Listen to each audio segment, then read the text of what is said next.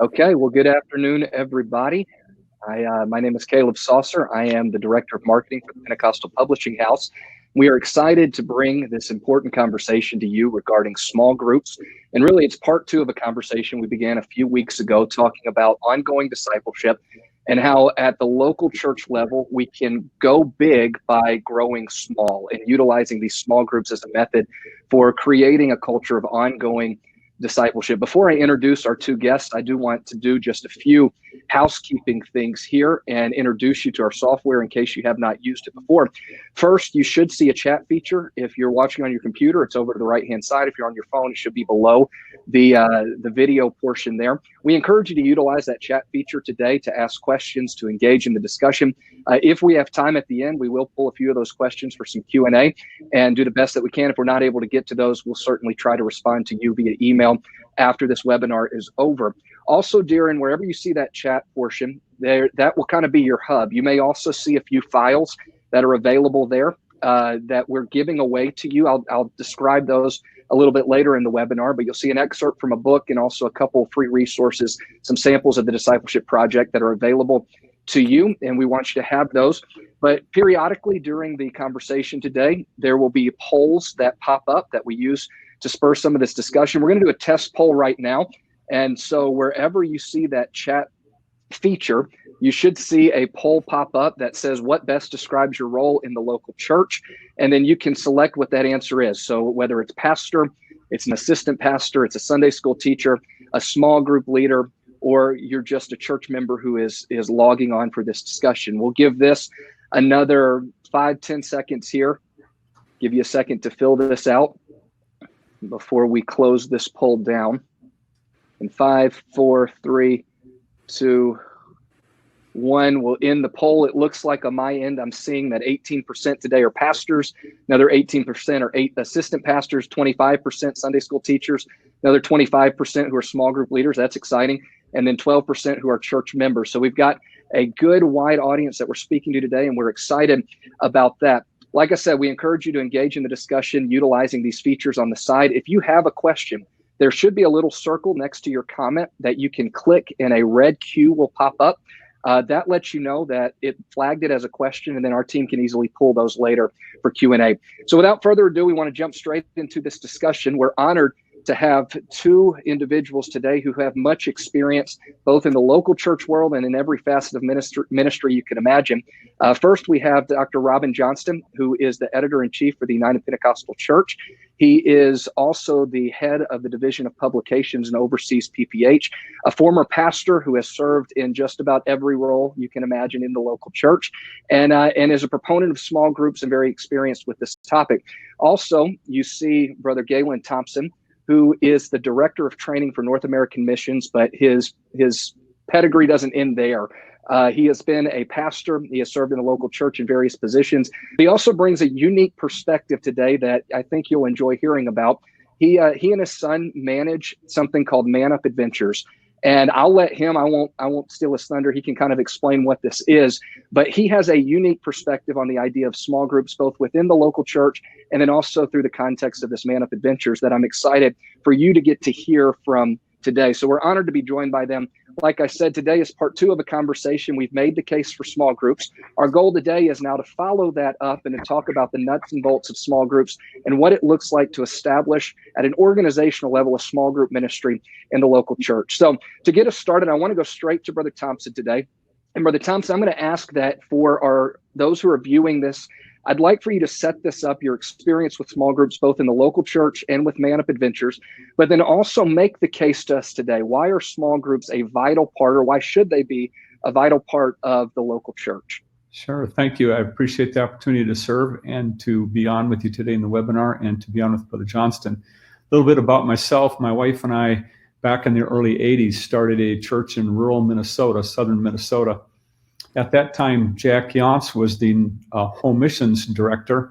And if anybody knows anything about Jack Yance, he was all about home Bible studies. And so when I began the church, that was my total focus. My very first Bible study came about because I moved to the community. I had absolutely no furniture. I had nothing. I was pretty much fresh out of Bible school. And I looked at an ad saw some end tables. I responded to it. I went to the house where they were at, and they asked me, why are you moving to town? And I began to explain to them and talk to them. And it just ended up in a Bible study right off the bat. Moving to town, had a Bible study. Well, I showed up for the first Bible study, and they had invited 2 other families. So my very first Bible study was held in a home large enough to be able to have a couple of other families. Well, when you begin to think about it, Bible studies is a small group, and that is the most effective way to reach people in that Bible study setting. So from there, I taught Bible studies until I started to gather some people. We didn't have a church, but there was a church next community over, and we began to take people over to that church. And really, in reality, out of teaching Bible studies, not necessarily not small groups per se as an intentional type of thing, but simply Bible studies, we were able to mass enough people to begin to start our church. I will confess to say that I didn't follow the small group model when I started church, even though it was through small groups that I was able to accumulate the people that was a large enough group of people to start a church. But at that time, the model is that the pastor does everything. And so I thought I should do everything, and I tried to do everything, and started getting white-headed earlier and younger than what was necessary. And so along the process, back at that time, I heard something about HFG, home friendship groups. And it's like, wow, what's this?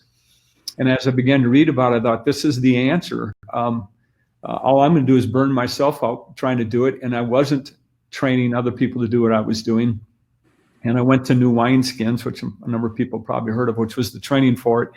And came back, took a group of leaders from the church with us, and this was the answer to us. Now, why it's vital, it allows the ministry giftings, which would be the 5-fold ministry, even beyond that, hospitality, administration, other giftings, to be experienced and hence strengthened, because we get our strength through experience at the grassroots level, where future broader ministries were able to be born. And it was through that beginning of moving into a small group that I began to see the whole body begin to grow at a dimension that wasn't being done when they were simply all showing up. All they had to do is come to church and listen to me, who did all the preparation. Now on a weekly basis, they were preparing. And then that led for them to be able to have the confidence to teach Bible studies. So I wasn't the only person teaching Bible studies. Now we begin to see missional activity happen in that local level. From that, just trying to capsulize, we started a second church. And how we started a second church is we had some families from another community. We're about 35 miles away who began to drive into our community. And they began to reach out, and they had 2-3 families. And I just simply decided when winter came in Minnesota, which is a big thing, that instead of 3 families driving 35 miles, I'd take my family and go to their community. And so we started with a small group in their home. And the key was the fact that we did not start as a small group just so that we'd have fellowship locally. The whole complete intention of it was, we're starting in a small group in this home, in this community, with a missional mind. And it was just a matter of a few months, and we had outgrown the capacity of that group. And we, instead of, and I will say that probably the next step could have been or should have been to multiply that group. But what we did is we went to a storefront, and in another matter of months, by everybody continuing to teach Bible studies and keep that missional minded, we were already moved into a building. And by 5 years, which in rural Minnesota was really a pretty successful thing, we had broken the 80 mark. But it all happened because of that fact. Also continuing to use the model within the church of small groups, we were able to, again, that without that, you do not have the training for your broadening pool of leadership. And I feel that the only thing I can give an example is I was driving that 35 miles south to that next church on an early Sunday morning. I came to a small pond, because there's 10,000 lakes in Minnesota, small lake. And it was at the time of year where the pelicans were migrating. And I looked at that pond. I literally pulled the car off the side of the road, turned around, brought the car over to the side where the lake was. You could almost not see the lake. It was completely hundreds upon hundreds of pelicans had gone in and eaten every frog or whatever, or every fish out of that lake. But what was happening is that they were now moving up and they were catching the airstreams. And there were literally hundreds, if not thousands of them moving all at one time in a cylinder that was rising up. And you had at the top a line that was going off the top of the cylinder, which was now up into the high air drafts that were hauling and taking them north, because they were coming from the north headed south up into Canada to mate and to raise their youngs. And the sun was coming down through that cylinder, and you saw hundreds and hundreds of pelicans as they were waking. And it just hit me that that is exactly what God wants to happen in the church. You've got people at all these different levels, but it was the updraft of all of those wings of people who were at multiple levels of leadership as you begin to train. And if you don't have the grassroots, you don't have the place with which to begin to do it. As we begin to train those leaders, we were able to then go into all of our ministries 3 deep and within the church, and then some ministries even to the depth of 5 deep. And from that, then we began to move to the home friendship groups with the missional mind that the whole purpose of this was to start a daughter work, out of which 3 daughter works sprang. To this date, one of them is an autonomous church. I just got an email within the last couple of weeks. I've been here for a year at headquarters, from one of the guys who said that I'll never forget the day that you came and said, God's got a calling on your life. And now he's the one who's moving that, one of those works into headed towards an autonomous church. So that in the aspect of the church was the experience that we had with the small groups and the success. I will say that the challenge of it is to always keep the culture missionally minded, and we'll cover that a little bit later. I want to also move into Man Up Adventure, something a ministry my son and I started 7-8 years ago, and it's to try to lead men into understanding of what it is to be an authentic biblical man. And the success of that ministry is just phenomenal. It's something we tapped into. We had no clue what we were tapping into, but the success of that model rests upon the fact that we have made it and kept it to be small group. As a matter of fact, as we were building, and I want to stop and just go back because I'm trying to hasten because we have a lot to cover. While I was a pastor, I was bivocational. And during bivocational, I had 2 churches started and was trying to develop the leadership. I had started a 3rd, but at that time, I didn't quite have the pool broad enough. I resigned from my secular job. And when I resigned from my secular job, they came to me and they said, what are you going to do? And I said, well, I'll probably go part-time. And they said, well, if you're going to go part-time, you're going to work for us. We need a corporate trainer. You've been with the company a number of years. And they sent me to the very best, probably arguably the very best trainer in the United States, who complete thought and process, even if you're teaching 500, is always small groups. And he would break a classroom of 150 students into pods of 8, and he had 50% of his time was involved in small group, and he clearly taught that if you're going to be a trainer, this is the only means to success. You've got to get them into small groups, because he said they'll learn more in their small group than I, who am the expert, am speaking. Well, we carried that model into Man Up Adventures and went to small group, and we saw its effect, lives being changed. Through the process of all this, we had the opportunity to talk to Frank Somerville, who is one of the top Christian attorneys in the United States out of Houston, Texas, who was guiding us. He got onto our website, saw what we were doing, and he commented to us. He said, listen, he said, I'm the attorney for Promise Keepers. And he said, I've looked at your website and I've looked at what you're doing. And he said, I want to tell you, don't ever leave small groups. He said, your ministry that you're doing is more effective than a coliseum filled with 30,000 men who are there in a large group with someone preaching at them. And he said, I'm asking you, as you move forward in Man Up Adventure, please never drop this model. And I don't have the time to get into all the depths of it, but we have a maximum amount of people that we allow on a Man Up. We keep it small so we can divide them into, in keeping all of our rules. I just in the last couple of days had a man call and say, please, I want to bring 2 more people with me on the Man Up. And it's not about money, it's about success in the ministry. And it's like, no, I will not violate our principles that have made us successful and allow more people to come. We experienced with it and found that it just always was a failure if we got too big. We can't keep coming back to holding to our size, and we have an extremely effective ministry.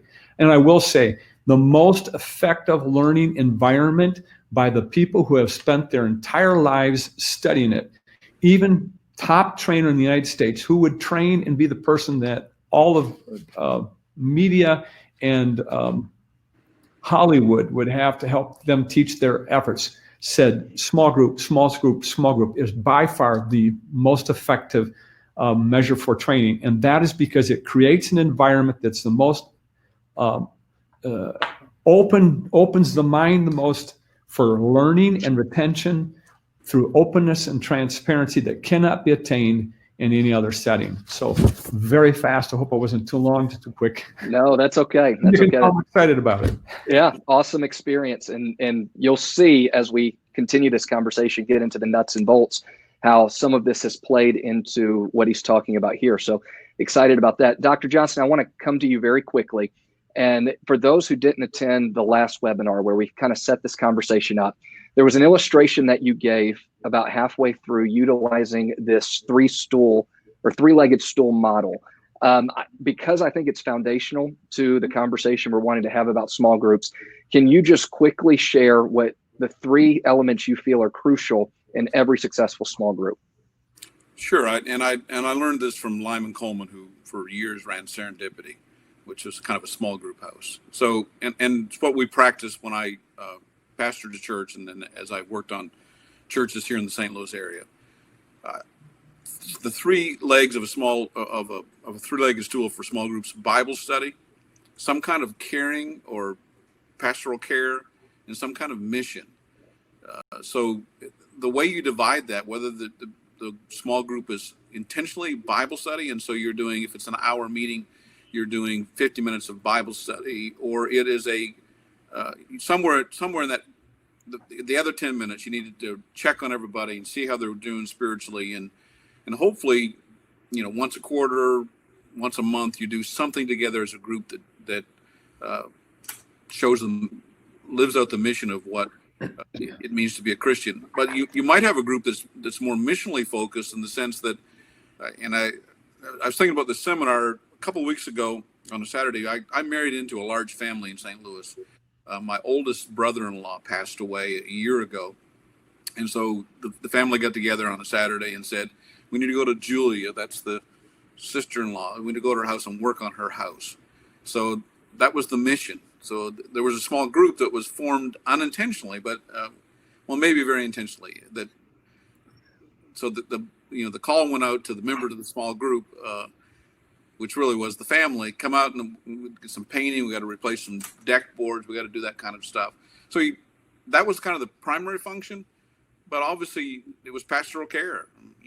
There was concern about what's going on in Julia's life, and then I had an opportunity. It was a hot day, and the brother-in-laws are better at the carpenter work than I am. So I was inside in the cool air, had that conversation with my sister-in-law about what's happening in her life. Got to talk about people that she's bringing in church. So we're able to kind of do 3 things in an unintentional small group. And it kind of reminded me again, that's organically how small groups should function. There should be Bible study, and there really wasn't. We didn't get the Bible out, but we did talk about biblical principle. But Bible study, some mission function, and obviously some pastoral care. I love it. I think all 3 of those things, without us having to dig deep into it, they're self-explanatory as to why the combination of the 3 provides an atmosphere for an effective small group model. So really the main conversation we're wanting to have here today is really talking about the basics. So I'm putting myself in the shoes of a local church leader, somebody in the local church who sees a desire. We've made the case, they're bought in, they're sold out. Yes, we need small groups. The next question realistically is, well, what do I do now? How do I go about establishing a small group ministry? What are some practical things that you can give us? And that's where we're going to spend the rest of the time here today. As we jump into this, we're going to start by talking about size. Brother Thompson referenced it, that there was a certain size that he refused to get bigger than for their particular Man Up Adventure trips because he felt like it lost its effectiveness. We'll do a quick poll. Should see it now.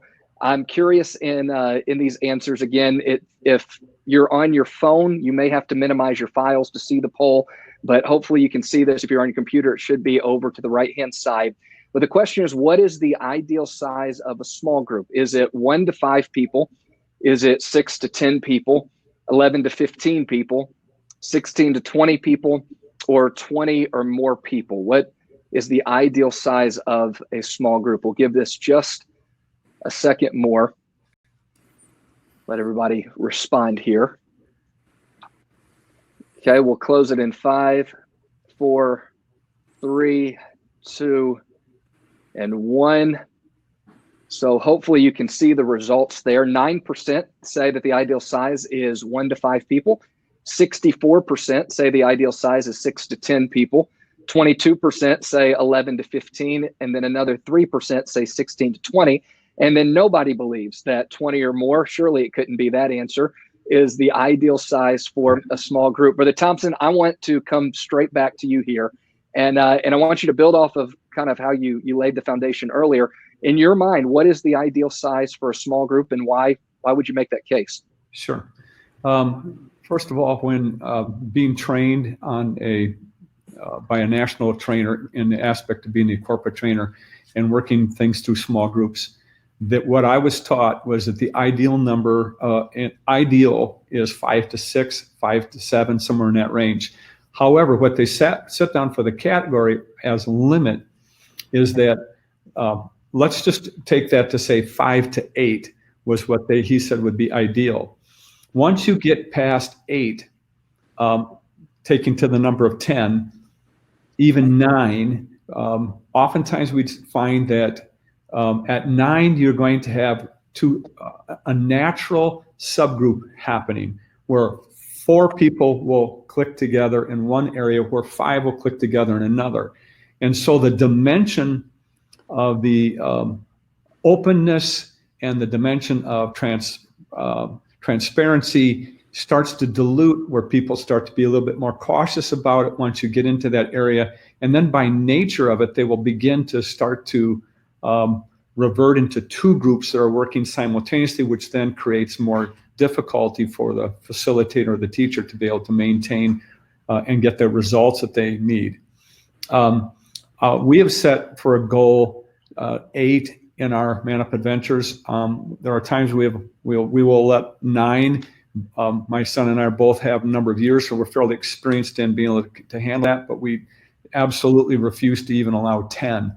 So that's just ourselves. Now in church, we based our group size off of the adults, and then we would always have other people within that group of adults who would spin off and take the kids to another room, and we based it off. So we may have in a home way more than 10 people, but we based it off of adults. And again, what we're looking at is that if you have, again, let's say if you have 3 couples, that's 6 people. If you have 4 couples, that's 8 people. If you have 5 couples, you're up to 10. And when you get to 5 as couples, by nature again, 10 was kind of that magic number, that in the group, you're going to have 3 couples form a little group and 2 couples form a group. And so we experimented with Man Up Adventures. I'd been through all the training. And of course, you want to reach as many people as you possibly can, but you can't sacrifice your effectiveness by allowing it to grow bigger. It's better to multiply. So what we just did, start multiplying Man Up Adventures all over the United States, try to keep it small, keep multiplying it rather than allowing it to be larger.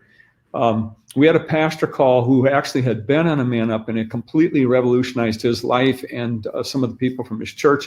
And he said, I want you to do it for the whole church. We tried it one time, and I think he had 23 people. And with my son and I taking it into 2 groups, it was totally unmanageable to be able to have the impact and effect. And we said, never, for no cause or reason, will we ever violate our rule again. So in 8 years of experimentation of multiple things, some other things which we'll talk about, we have discovered 8 is the most comfortable limit. Will allow 9, but 10, you're pretty much guaranteed it's going to subdivide. Okay, Dr. J, I want to kick it over to you, and I want you to kind of continue on this conversation. I think you would be in agreement with Brother Thompson, but I know you have even a little bit of research to kind of back up some of what he's saying. If you'll share that. Yeah, I do think those numbers are good numbers, but I think one of the questions you have to ask is, what are you trying to accomplish with a small group? So if you're really wanting to do intense spiritual formation, really get down where people live, sometimes it's even smaller will work. Right. And it really depends on the context. So one of the groups that we did here in St. Louis for a while was called Threefold Chord, and the unique set of circumstances in the church I was working in, I would really argue against having 2 couples as a small group. Now, 4 men or 4 women as a small group would function, but 2 couples, you need the 3 couples. So, there is a couple ways of doing it. If the group if you end up with 10 to 12 in a group, then what you really have to subdivide. So there may be some activities you can do in a group of 10 or 12, but when you're actually doing the heart work, you really have to break apart and form those small groups. So, and that does become, you're going to need an assistant leader to lead the second. So one group, you really function almost as 2 groups within one, but logistically it may work to, you may have to function. The worship part or the prayer part may work best with 10 or 12, but when you're doing the Bible study or getting into the real meat of the lesson, you need to break into smaller groups. So I think what I'm hearing both of you saying is the goal of a small group is not to grow to 50. If I'm a small group leader, my goal is not to grow to 50, but rather it's to grow to the point where we can multiply and then give somebody else a chance to lead another small group. And then we grow by continually multiplying the number of small groups. And you have to work on that as a leader, because we measure success by growth. And so if the person has got a large group, we think, well, that's a successful small group leader. And that's not what we're trying to do. We're trying to grow the kingdom, not grow a particular group. So got to enforce those rules, set the guidelines, and then and have that, trying to figure the right nomenclature. Are you dividing? Are you splitting? Try to figure the most positive word you can. Birthing a new group, whatever kind of language that this is a positive move forward rather than a split. I believe somebody said, franchising. Was that a word somebody used? Yeah. We're franchising our small groups. Right. I love it. Well, on kind of carrying that conversation through. So there's a reason. It's because we want to create a certain atmosphere, a certain setting that the heart work, as you said, can be done in these small groups. Dr. J, talk a little bit about the atmosphere we're trying to create, how we do that, yes, with size, but maybe some other practical ways that we can create that atmosphere for openness, accountability, vulnerability that leads to spiritual growth. Yeah, I think, depending on, where you are. So we use a model at church. So we're doing adult Sunday school in small groups, at least some of the church is, where I'm a member here in St. Louis. And one of the things you have to do is you have to set the chairs in circles.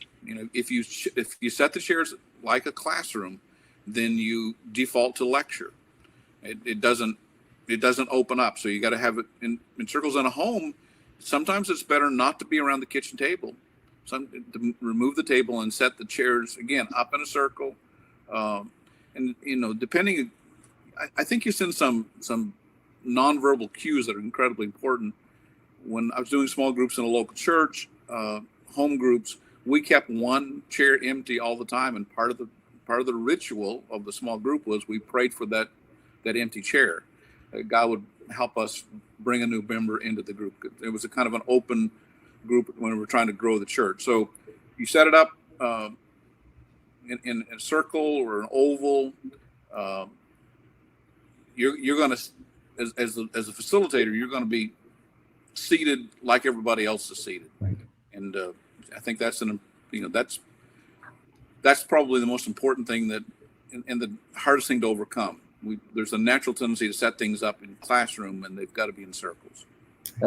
That makes sense. Brother Thompson, do you have anything to add to that as far as creating that atmosphere, ways that you've done that, yes, in the local church, but also in the Black Hills of Lord knows where, because where Man Up Adventure takes you. Yeah.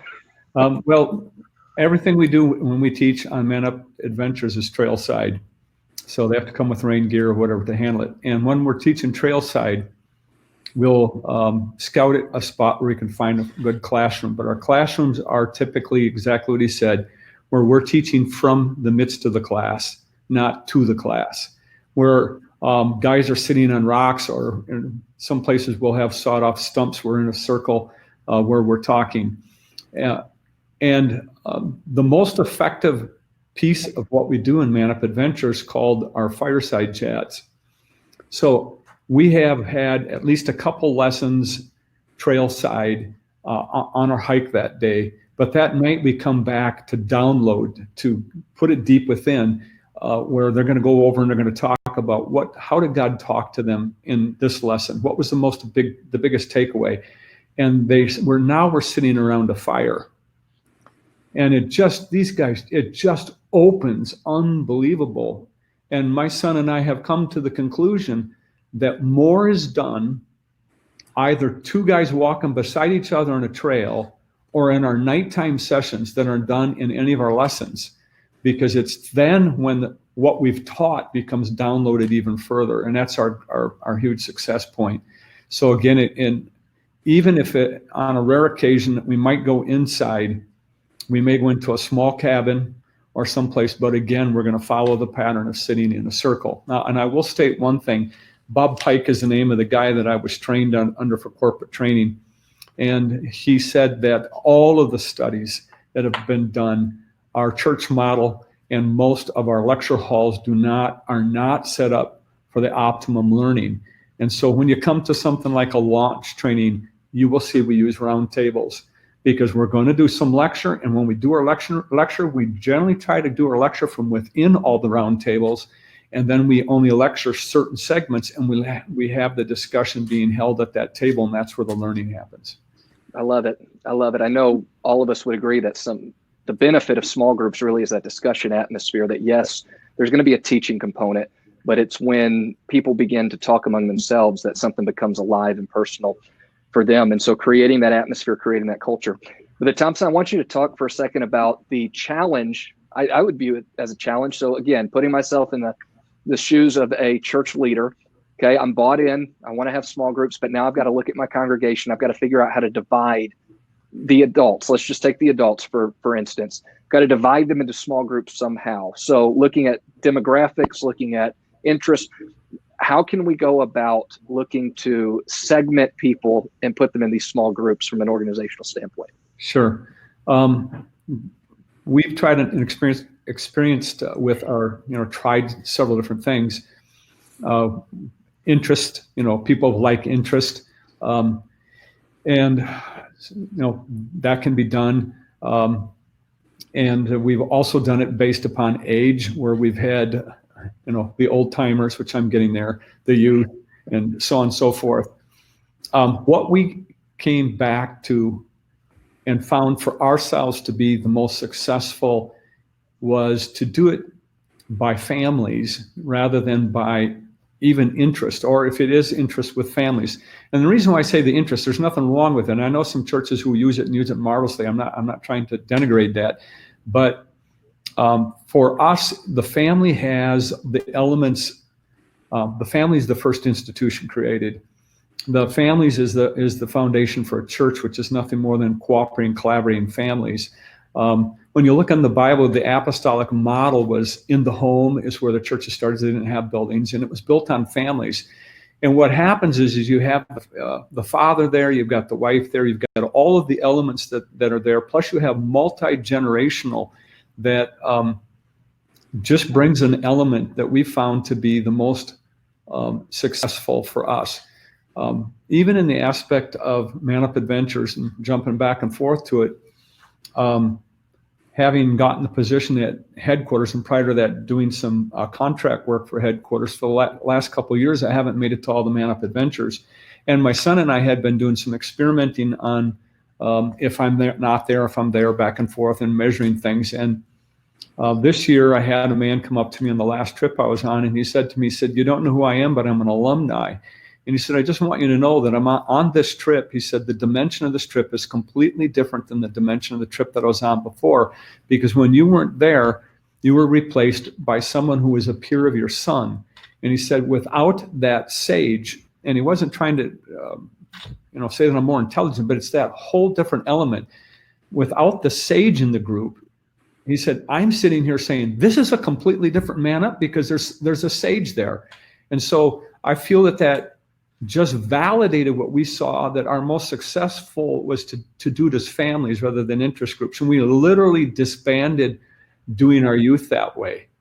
And at our church, completely moved it back to family. And for us, that we discovered that was the best way to do it. We felt it was also the most biblical model. And the Bible says that the elder should teach the younger. And our culture has drifted far from it, and it's something I think it's important. So my thoughts. Dr. J, would you have anything to add? I do think there's great value in that multi-generational. If you can make that work, you have to nurture that along. I do have some concerns, particularly in the cities where family units have broken down or are not forming like they had formed in the past, and so. In a local church, you're going to have a third to maybe a half that aren't in what we would say, what a traditional family is. And so while that family model works well when it's available, you have to think outside that box a little bit, think about what it looks like in non-traditional families, singles, those kind of, the small group function will still work. And I would argue multi-generational would work best if possible. But I think we probably said this last time we did this seminar, but let me say it again. There may be a gold standard, but there isn't a one size fits all, and there isn't a key. Once you get the key, it's going to unlock everything. The key really is the whole value of small group and the small group experience, and the way the small group experience can impact the heart of the people involved in it. And that's what you have to kind of twist around on, how that works best for you. And if I can say, what we discovered was that if you have a good small group culture, and what we discovered is that we had intentionally tried to bring non-traditional family in with family so that there was model there. But what would happen is that as this stuff would happen, those people that had like interest or like situations started forming second small groups. So we would have more the traditional one, but we would also have these people who were on maybe on another night of the week, were forming their own small groups. And we didn't have a problem with that because we could see that there was a benefit that was happening. Now, I know not everybody can do two small groups in a week, but just by the nature of the need to be able to talk to like-minded people is something that needs to be considered. Sure, absolutely. Both of you referenced the affinity groups or the interest groups. And I think the takeaway there is if that's how you segment people, great. If you've got a group of people who want to fish or play basketball or go drink coffee or try new restaurants, whatever, the key, though, is making sure that that's not all they're doing, that in the midst of connecting based on interest, that there's also some kind of word-centric conversation that's happening in the course of that. So the challenge for those of you who are watching is figuring out what works best in your local church. And if you can hit that multi-generational, maybe that's the gold standard that, hey, if we can have multi-generational demographics represented in each small group, then that would be the ideal. But you've got to figure out what works in your local context, your local culture. I want to, as we transition to the last kind of segment of this conversation, I want to put up one more poll, and I'm curious to see how people answer this. You should see the poll displayed now. It says, what factor do you think is most important to the success of a small group? What factor do you think is most important to the success of a small group? Is it the setting? Is it the size, which we've talked about, trying to make sure that the size doesn't get too big or just crazy? Is it the teaching materials, the materials you're using to engage the conversation? Is it the participants, or is it the leader? Which of those things is the most important factor when it comes to determining the success of a small group? We'll give this just a second more. Okay, I'm going to give it another 5 seconds. 5, 4, 3, 2, and 1. We'll end the poll right there. You can see 12% are saying it's the setting, so it's that atmosphere that you create that opens up people for conversation. 0% say it's the size. 3% say it's the teaching materials, what I'm going to use to facilitate conversation. This is what I expected. 37% say it's the participants. And if I'm reading into that, putting myself in the shoes of a small group leader, it's how willing are participants to engage in discussion? How open are they to engage in conversation? But then 46% say that it's the leader. So of those who were polled, and I don't know how many it was, the majority say that it is the leader that is the most determining factor of success for a small group.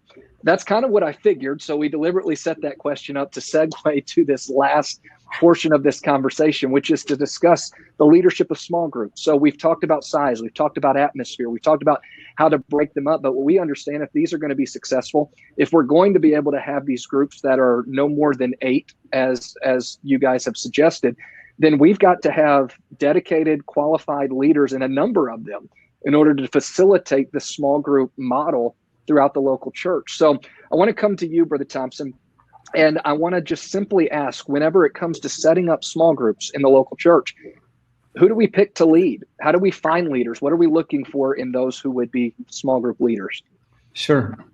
I would draw from the scripture, what Moses was trying to lead the whole family of children of Israel, getting burned out in the process, and the Lord, speaking through his father-in-law, told him to go into a small group to look it out. And when he was breaking it down, which demanded that there needed to be leadership for this to happen, the Lord spoke to Moses and he said to him, choose you out men whom you know to be elders to become the elders. So in other words, what he was saying is that, he was saying that we need elders who would be over all of these things to be able to lead these. And the key thing that he told them is choose those who you know to be elders. In other words, he's saying if they're already living leadership, if they're already practicing it, and they're already acting like elders, those are the people that should be the elders. So I believe that it's a matter of, looking for leadership qualities, and you're examining these people as they're in your groups, and you're making that determination. And I do think that the leadership is very key and very, very, very important, because leadership is what determines the culture.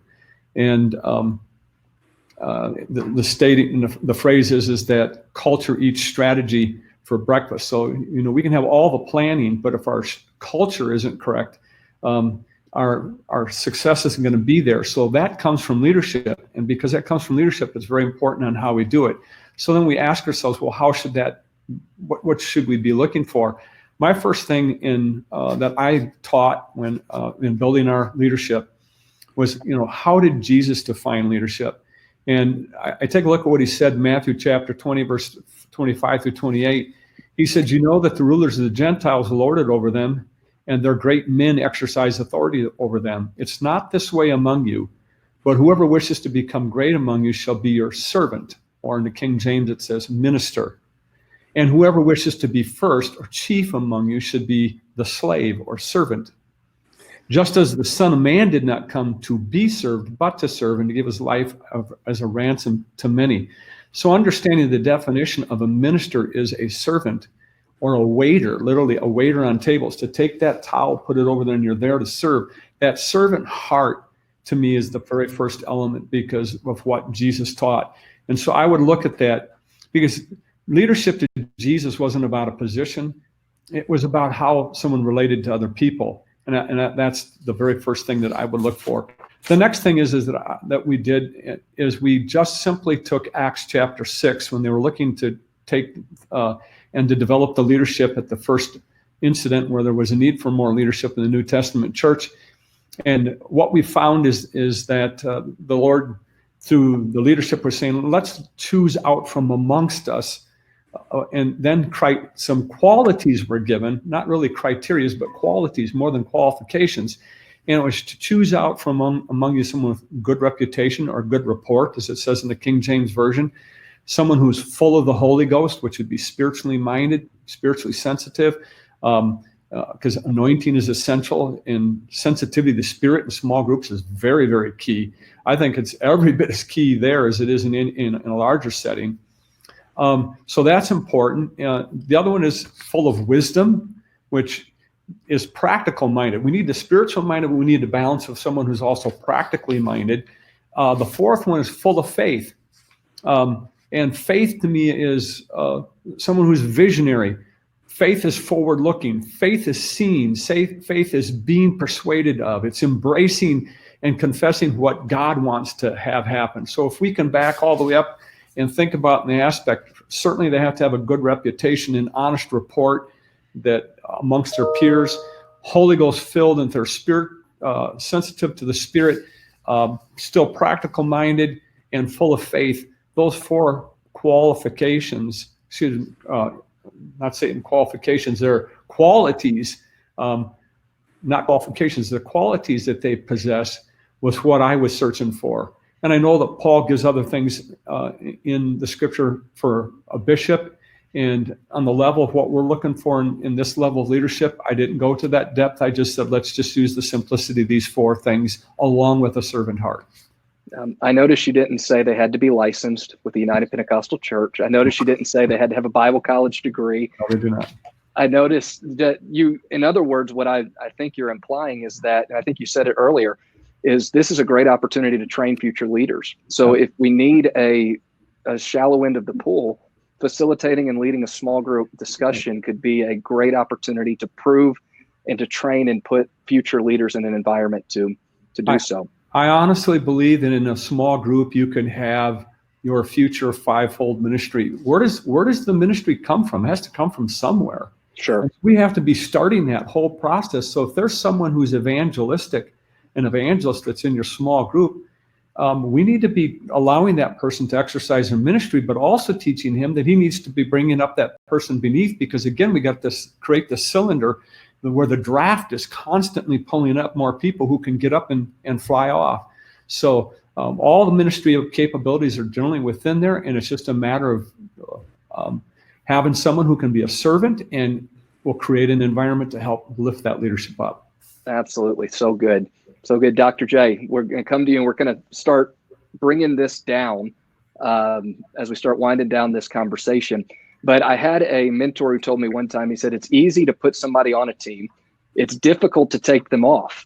And I would imagine that whenever we are looking for small group leaders, the same would apply. It's easy to put anybody and everybody on the team, but it can be difficult to make transition if transition is necessary. So being selective, making sure that we have those qualities that we're looking for, but then also being effective in our training, that we're not hanging them out to dry. But if we're asking them to serve in this position, we need to be proactive about training them to be effective in that role.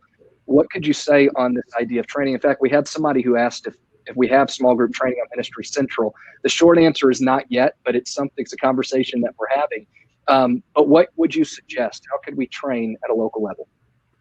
The first question I think you have to answer is, are you going to do it up front? Are you going to have some kind of intensive leadership training to launch your small groups? Or is the small group training going to be an ongoing process where you do it periodically, once a month, at least once a month? The best answer probably is the combination of both, that there's some leadership training up front, and then there's this ongoing leadership training.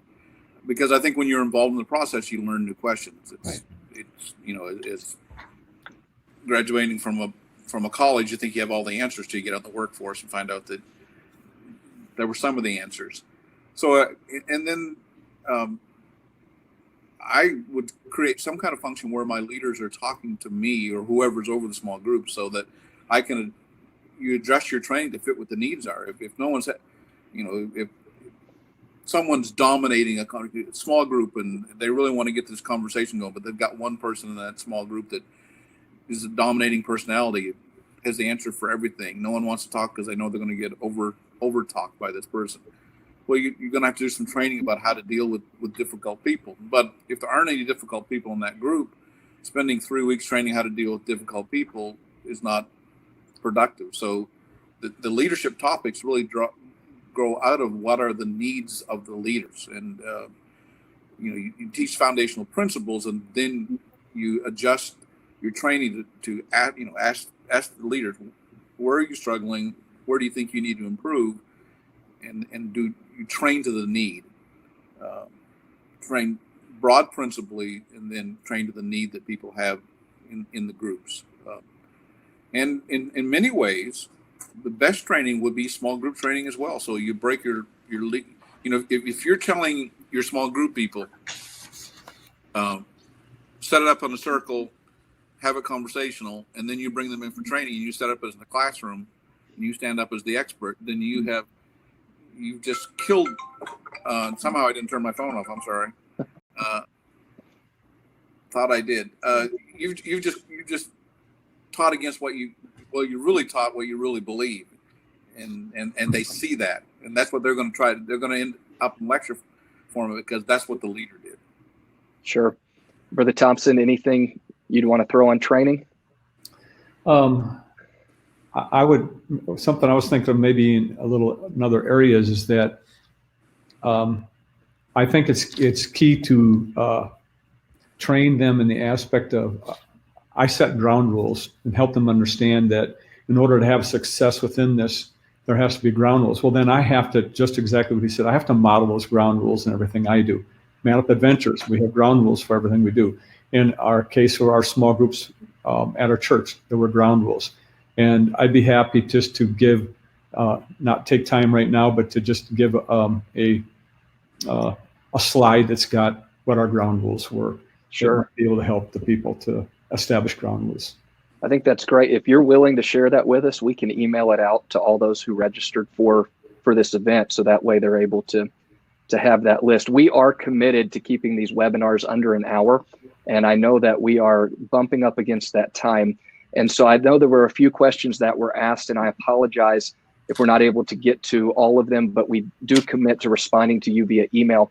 A couple of the questions that have been asked have related to group facilitation, and what does it look like to manage a group, and how do you manage tough people in a group?